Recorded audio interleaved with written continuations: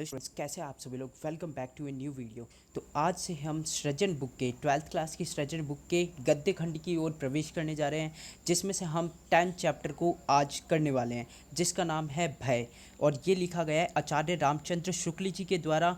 तो सबसे पहले इस पाठ का थोड़ा सा परिचय दे देते हैं। सबसे पहले मैं एक चीज़ बता देता हूँ आपको कि मैं ये सारी चीज़ें पढ़ता हूँ एक्सीलेंट से, ताकि ज़्यादा से ज़्यादा बच्चे इसको वापस से रिवाइज कर सके या फिर मेरी वीडियो को देख कर ही रिवाइज हो जाए।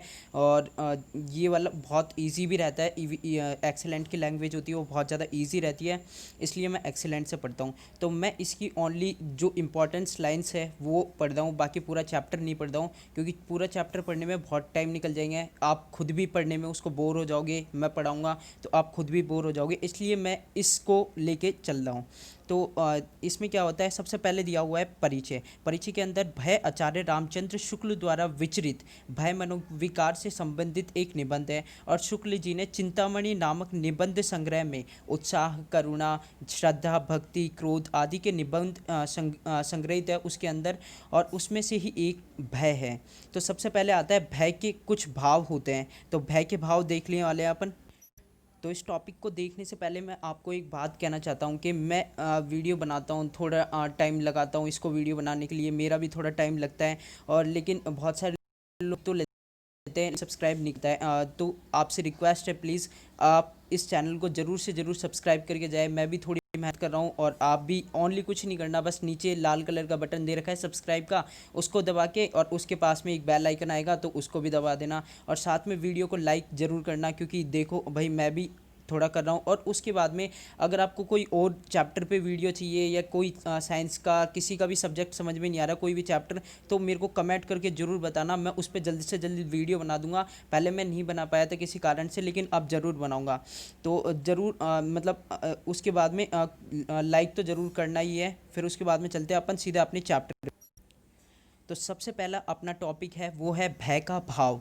तो किसी भावी आपदा या किसी भावी आपदा की भावना या दुख के कारण के सामने आने से जो आवेगपूर्ण, इसमें ये चीज़ याद रखना, आवेगपूर्ण किसी भी भावना या दुख का कारण अगर सामने आने से जो आवेगपूर्ण तथा स्तंभित स्तंभित करने वाला मनोविकार उत्पन्न होता है उसे भय कहते हैं। और क्रोध तथा भय दोनों दुख के कारण से ही संबंधित होते हैं। एक क्रोध होता है, एक भय होता है, दोनों के दोनों क्या होते हैं, दुख के कारण से ही संबंधित होते हैं। तो उसके बाद में फिर उसके बाद में हमें दे रखा है कि दुख के कारण का स्वरूप। अगर हमको दुख का कारण का स्वरूप, कोई भी दुख का कारण है उसका स्वरूप यानी उसका पता चल जाता है कि ये किस कारण से दुख हो रहा है, मेरे को किस कारण से मेरे को डर लग रहा है, उसका पता चल जाता है, तो उससे क्या उत्पन्न होता है, क्रोध उत्पन्न होता है। फिर उसके बाद में चलते हैं अपन थोड़ा सा पीछे, जिसमें बता रखा है, इसके बाद में बताया गया है कि जबकि भय उससे क्या करता है, बचने का प्रयास करता है। भय उससे लड़ता नहीं है, क्रोध उससे लड़ता है, उसको मिटाने का प्रयास करता है, बल्कि जो भय है वो उससे बचने का प्रयास करता है। भय के लिए दुख का कारण जानना जरूरी नहीं होता है। यानी मतलब जो दुख या हानि उसके आभास होने के होते ही भय उत्पन्न हो जाता है। अगर कोई भी दुख या हानि का आभास हो रहा है अपन को, तो वहीं से भय स्टार्ट हो जाता है। और भय के क्या होते हैं, दो रूप होते हैं। भय के दो रूप हमारे पास सामने आते हैं, एक होता है साध्य और एक होता है असाध्य। साध्य वो होता है जिसको साधा जा सकता है, मतलब भय के कारण को अपन मिटा सकते हैं और फिर उसके बाद में खुश हो सकते हैं। फिर उसके बाद में होता है असाध्य, मतलब जिसका कोई वो ही ना हो कि भाई इसका तो कुछ नहीं हो सकता, अब ये डर रहेगा तो रहेगा ही, तो वो चीज़ होती है असाध्य। जो प्रयत्न करने से दूर हो सके वह साध्य प्रयत्न साध्य या साध्य कहलाता है। तथा प्रयत्न करने पर भी जिससे बचा ना जा सके वो असाध्य असाध्य विषय होता है। असाध्य कोई भी टॉपिक होता है, असाध्य कोई भी डर होता है। और किसी विषय के साध्य तथा असाध्य होने की धारणा परिस्थिति तथा मनुष्य की प्रकृति पर अवलंबित होती है। अगर कोई ज़्यादा एजुकेटेड होता है, अच्छा पढ़ा लिखा होता है, ज़्यादा इंटेलिजेंट होता है, तो वो जल्दी से जल्दी उसका कारण ढूंढ के और उसको सॉल्व कर लेगा किसी भी चीज़ को। लेकिन जो मतलब थोड़े अनपढ़ बच्चे अनपढ़ प्रजातियाँ होती है, या जंगलों में रहने वाली जो प्रजातियाँ होती है, तो वो क्या है, कारण नहीं ढूंढ पाती है और उनके दिमाग में एक डर बैठ जाता है बहुत तगड़ा वाला। उसके बाद में बता रखा है कि किसी भी विषय का ये जो मनुष्य साहसी नहीं होता है तथा कठिनाइयों से संघर्ष करने में अभ्यस्त नहीं होता है वह दुख की प्रकृति से अवलंबित होता है। मतलब अगर जिसको है ना क्या बोलते हैं डर से लड़ने का या फिर है ना उसका उपाय खोजने का कि भाई डर क्यों लग रहा है, उससे उपाय खोजने का अगर उसके पास क्या ना हो, कोई भी टेक्निक ना हो कि कैसे मैं इसका उपाय खोजूं, तो फिर वो क्या होता है, वो बार बार इन दुखों से, इस डर से, इस भय से जूझता रहता है। फिर उसके बाद में जो मनुष्य साहसी नहीं होता है, ये तो पढ़ ही दिया था मैंने। फिर उसके बाद में देखते हैं, वह दुख का कारण अपवाद्य मानकर भय से स्तंभित हो जाता है, किंतु साहसी पुरुष, जो साहसी पुरुष होते हैं वो भय से बचने के लिए प्रयत्नशील, लगातार कंटिन्यूसली प्रयत्न करते रहते हैं। उनको गुस्सा आता है बहुत ज़्यादा, प्रयत्नशील रहते हैं। फिर उसके बाद में अपन को बता रखा है भीरुता और कायरता के बीच में अंतर। तो भीरुता और कायरता क्या होती है? भीरुता तथा कायरता भय का तो भीरुता और कायरता होती है भय का सामना न कर उससे बचने के लिए भागना, तथा मनुष्य की आदत, जब मनुष्य की आदत बन जाती है तो इसे भीरुता कहते हैं। जब कोई आदमी भय से डर के और फिर उससे बचने का प्रयास करता है, भय से किसी भी कारण से बचने का प्रयास करता है, तो उसे क्या बोलते हैं? भीरुता या कायरता कहते हैं। और इससे कष्ट सहन करने की मतलब इसमें क्या है, सहन करने की क्षमता व अविश्वास का प्रधान होता है। कष्ट सहन करने की क्षमता नहीं होती है इंसान के अंदर, और अविश्वास ज़्यादा प्रधान होता है, मतलब ज़्यादा डोमिनेंट होता है। यह भीरुता का मतलब बहुत पुराना रूप है। यह भीरुता का बहुत पुराना रूप है। और अर्थ हानि की आशंका से, मतलब पैसे की हानि की आशंका से व्यापारी किसी भी विशेष व्यापार में हाथ डालने से मतलब हाथ डालने से क्या है, डरते हैं। और हारने पर मानहानि होने के डर से कुछ पंडित शास्त्रार्थ होता है उसको सीखते ही हैं, उससे दूर रहते हैं। यद्यपि स्त्रियों की भीरुता रसिकों को आनंद के विषय होती है, मतलब बहुत सारे लोग होते हैं उनके लिए क्या है, आनंद का विषय होती है अगर औरतें डरती है किसी से। और पुरुषों में जो भीरुता होती है सदैव निंदनीय होता है। अगर पुरुषों में कोई भी भीरुता है तो उसको क्या माना जाता है? निंदनीय माना जाता है। वो आदमी है क्या है, निंदा का पात्र बन जाता है। कुछ लोग धर्म भीरुता को प्रशंसनीय मानते हैं। वो अच्छी चीज़ होती है कि मतलब धर्म से डरे अपन, अधर्म करने से क्या करे, डरे। और धर्म से अपन को डरना भी चाहिए कि भाई धर्म हमें करना चाहिए, लेकिन अधर्म नहीं करना चाहिए। अगर अधर्म करेंगे तो फिर अपना जो ये सिद्धांत है उससे हमें डर लगना चाहिए। तो वो चीज़ क्या है, प्रशंसनीय मानी जाती है। बहुत ज़्यादा इंपॉर्टेंट क्वेश्चन है। किंतु धर्म से डरने वालों की उपेक्षा धर्म की ओर आकर्षित होने वालों की प्रशंसा के पात्र अधिक होते हैं। मतलब जो लोग धर्म से डरते हैं वो ज़्यादा प्रशंसा के पात्र नहीं होते, बल्कि जो धर्म की ओर आकर्षित होते हैं, अट्रैक्ट होते हैं, धर्म करते हैं जो लोग, वो चीज़ क्या होता है, अगर जैसे मान लो कोई आदमी है वो अधर्म करने से दुख रहा है कि भाई मैं अधर्म नहीं कर सकता, कोई बुरा काम नहीं करेगा वो कोई ज़्यादा प्रशंसा का पात्र नहीं बनता। एज़ कम्पेयर टू अपन देखें तो एक आदमी है जो बहुत ज़्यादा धार्मिक काम करता है, मतलब धार्मिक काम देखे तो ऐसे काम करता है, बहुत दान वान देता है, तो वो ज़्यादा प्रशंसनीय होता है। फिर उसके बाद में अपन को दे रखा है आशंका तथा आशा के बीच में। आशंका और आशा की यहाँ पे वो होती है। आशंका क्या होती है? दुख का पूर्ण निश्चय न होने पर उसकी संभावना मात्र से उत्पन्न होने वाले आवेग शून्य। अब आवेग रहित भी बोल सकते हैं, उसमें आवेग नहीं होता, गुस्सा नहीं होता उसके अंदर, तो आवेग रहित भाव को ही आशंका कहते हैं। और आशंका का संचार धीमा किंतु अधिक समय तक स्थायी रहता है। और दुख के वर्ग वाले भावों में जो स्थिति आशंका की है, वही सुख के वर्ग वाले भावों में आशा की होती है। मतलब दुख में जो स्थिति क्या होती है, आशंका की होती है, वही सुख वाले भावों में देखें तो आशा की होती है कि अब मतलब अपन को कोई ना कोई तो आएगा बचाने के लिए, तो वो क्या होती है, आशा की वही स्थिति होती है सुख वाले भावों में। फिर उसके बाद में वन के रास्ते में चीता मिलने पर की आशंका से यात्री चलता रहता है। वन के रास्ते में चीता मिलने की आशंका पर यात्री क्या करता है, चलता रहता है, चलता रह सकता है कि भाई चीता मिल जाएगा, फिर भी वो क्या है, चलता रहता है, लेकिन उसको डर डर लगता रहता है थोड़ा थोड़ा।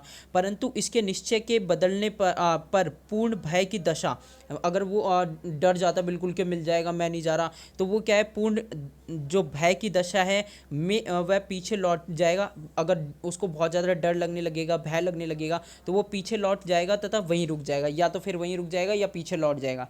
फिर उसके बाद में भय का स्थायित्व तथा इससे रक्षा कैसे की जाती है। भय का स्थायित्व अपने अंदर कैसे होता है, उसकी रक्षा कैसे की जाती है, तो उस चीज़ को अपन देखने वाले हैं। तो ये देखते हैं सघन प्राणियों मतलब सज्ञान प्राणियों, जो लोग पढ़े लिखे होते हैं तथा सभ्य समाज के लोगों में भय के संचार काल तक ही रहता है। मतलब भय का जो वो होता है कारण, वो क्या है, भय के जब तक डर है तब तक ही रहेगा, बाद में नहीं रहता उस चीज़ का डर। वहाँ भय के द्वारा स्थायी सुरक्षा संभव नहीं है। मतलब जो लोग एजुकेटेड होते हैं उनके अंदर कभी भी डर हमेशा के लिए नहीं रहता। असभ्य तथा जंगली लोगों में भय की सुरक्षा अधिक होती है। जो लोग असभ्य होते हैं और जंगली होते हैं उनमें क्या है, सुरक्षा अधिक समय तक, ये जो भय से सुरक्षा है वो अधिक समय तक तथा स्थान तक रहेगी, और वो लोग क्या है ज़्यादा टाइम तक इससे डरते रहेंगे और जल्दी से इसको सॉल्व भी नहीं पाएंगे। जंगली तथा असभ्य लोगों में ये क्या है, ज़्यादा होता ही है। वे जिससे भयभीत होते हैं उसकी पूजा करते हैं, जिस चीज़ से वो भयभीत होते हैं उस चीज़ की पूजा करते हैं तथा उसके देवता भय के भाव से ही बनते हैं। मतलब जो उनके जो देवता होते हैं वो क्या है, डर के भाव से ही बनते हैं। वो अपने जो लोग होते हैं उनको क्या है, डरा के रखते हैं, तो वैसे ही क्या है वो देवता बन जाते हैं। और डराने वाले का सम्मान असभ्यता का लक्षण है। असभ्यता का लक्षण होता है जो डराने वाले का सम्मान होता है। भारत में इसी कारण से विद्वान की अपेक्षा थानेदार का सम्मान अधिक होता है। विद्वान की उपेक्षा जो थानेदार का सम्मान होता है वो ज़्यादा होता है भारत में, इसी तरीके से देखें। फिर उसके बाद में दे रखा है भय से मुक्ति कैसे की जाए। तो बच्चों में तथा पशुओं में, बच्चों के अंदर और पशुओं में भय का भाव अधिक पाया जाता है और बच्चे किसी अपरिचित को देखते ही घर के भीतर भागने लगते हैं। अज्ञात तथा अपरिचित से भय प्रत्येक प्राणी में होता है। मतलब जो अनजान लोग होते हैं उनसे क्या है, बहुत ज़्यादा भय लगता है, हर एक प्राणी को लगता है। इसका निवारण मनुष्य अपने ज्ञान बल तथा बहुबल से कर सकता है। उसके अंदर जो टैलेंट है, उसके अंदर बुद्धि है, उसके अंदर जो फिजिकल पावर है, उससे कर सकता है इसका हल। उसके बाद में देखते हैं सभ्यता के विकास के साथ साथ कम होता गया है। ये जो भय का वो है ना, सभ्यता के विकास के साथ साथ भय कम होता जा रहा है। मतलब जैसे जैसे हम डेवलप होते जा रहे हैं तो अब भूत प्रेतों में क्या है, बहुत कम लोग विश्वास करते हैं। भूतों का डर तथा पशुओं का डर तो अब कम हो गया है, किंतु मनुष्य का ही डर अभी बहुत बना हुआ है कि एक मनुष्य को दूसरे मनुष्य का डर क्या है, बहुत ज़्यादा बना हुआ है और मनुष्य ही मनुष्य को दुख देता है। सभ्यता के विकास के साथ ही दुख पहुंचाने के तरीके भी बदल गए हैं। मतलब जैसे जैसे सभ्यता का विकास हुआ है वैसे वैसे पहले एनिमल से डर लगता था, भूतों से डर लगता था, लेकिन आज इंसानों से ही डर लगता है, बदल गए। तथा अब किसी के द्वार पर बलात् धन संपत्ति छीन जाने की आशंका तो कम हो गई है। मतलब किसी के किसी के द्वारा बलात् धन, या फिर मतलब अगर कोई धन छीन लेगा हमारा, चोरी वोरी कर लेगा, वो चीज़ तो कम हो गई है, लेकिन कम हो गई है, किंतु नकली दस्तावेज, झूठे गवाहों तथा कानूनी दाव पेच के बल पर इन चीज़ों के छिन जाने की संभावना क्या है, बहुत ज़्यादा बढ़ गई है। आज जातियों तथा देशों के बीच में एक दूसरे के बीच में डरने के स्थायी कारण उत्पन्न हो गए हैं। सबल तथा निर्बल देशों के बीच शोषण तथा दो सबल देशों के मध्य आर्थिक संघर्ष का भय पैदा हो गया है। शोषण की यह व्यवस्था सार्वभौम है। शोषण की ये जो व्यवस्था है सार्वभौम यानी हर जगह पे है तथा निरंतर चलती रहेगी। ये जो शोषण है कि मतलब ठेकेदार, मान लो एक ठेकेदार क्या है वो मजदूर का शोषण करेगा, तो ये चीज़ क्या है, चलती रहेगी। इसका कारण पूरे विश्व में चल रही लाभ कमाने वाली भावना है कि हर कोई लाभ कमाना चाहता है, तो उसके लिए क्या है वो शोषण करते हैं। उन देशों की सरकारें भी इसको संरक्षण दे रही है। मतलब कुछ देशों की जो सरकारें हैं वो भी क्या है, इसको संरक्षण दे रही है। वर्तमान अर्थोन्माद को नियंत्रित करने के लिए पवित्र तथा उच्च आदर्शों वाले प्रशासकों की आवश्यकता है। फिर उसके बाद में सुख तथा निर्भयता की बात करेंगे अपन, तो सुखी रहना तथा आतंक से मुक्त रहना प्रत्येक मनुष्य का अधिकार है। ये दो बातें प्रयत्न साध्य है। ये दोनों बातें प्रयत्न साध्य है। अपन प्रयत्न कर करके और अपन सुखी रह सकते हैं। मतलब जैसे जैसे प्रैक्टिस करते जाएंगे, सिचुएशन से जूझते जाएंगे अपन, तो वो चीज़ क्या है, अपन को खुश बना देती है, क्योंकि अपन हर चीज़ को हल कर देते हैं। कोई भी अपने पास सिचुएशन आती है उससे हम बाहर निकल जाते हैं और बहुत ज़्यादा साहसी भी हो जाते हैं।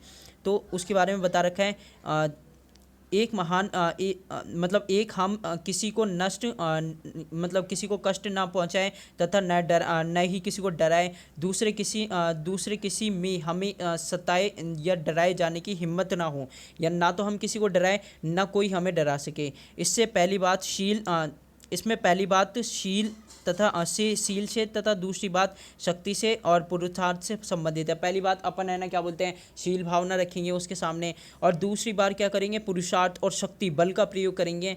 किसी को न डराने से भय की मुक्ति नहीं मिल सकती है। मतलब किसी को न डराने से भय से मुक्ति क्या है, मिल ही नहीं सकती है। और दुष्ट लोग दूसरों को भयभीत करते ही रहते हैं। जो दुष्ट लोग होते हैं वो दूसरों को भयभीत करते रहते हैं, और उनको उनमें दंड के भय का संचार करके ही रोका जा सकता है। मतलब दंड दे देंगे अपन कि भाई तुम ऐसा करोगे तो तुम्हें दंड मिलेगा, उसके भय का संचार उनके अंदर कर दो और उनको इस तरीके से रोका जा सकता है। तो ओके गाइस, अगर आपको वीडियो पसंद आई हो तो वीडियो को जरूर से लाइक करना, और जो भी चैनल पे न्यू हो प्लीज़ चैनल को सब्सक्राइब करना, लाइक करे बिना बिल्कुल मत जाना। और जैसे कि मैंने स्टार्टिंग में बोला था, बहुत सारे लोग हैं जो सब्सक्राइब नहीं करते, देख तो लेते लेकिन सब्सक्राइब नहीं करते। तो सब्सक्राइब करने में कुछ नहीं जा रहा, ओनली लाल बटन दबाना है और जल्दी से सब्सक्राइब कर दो। और जो भी आपको कोई डाउट हो या फिर कोई चैप्टर नहीं आ रहा हो आपको, तो वो मेरे को आपको कमेंट करके बता देना। मैं जल्दी से जल्दी उस पर वीडियो बनाने की पूरी कोशिश करूँगा, या जल्दी से जल्दी उसको 2 दिन के अंदर तो वो वीडियो आपको पक्का है मिल ही जाएगी यूट्यूब के अंदर। मैक्सिमम 2 दिन, और 1 दिन के अंदर तो मैं डाल ही दूंगा जहाँ तक की है। तो ओके एंड गुड बाय।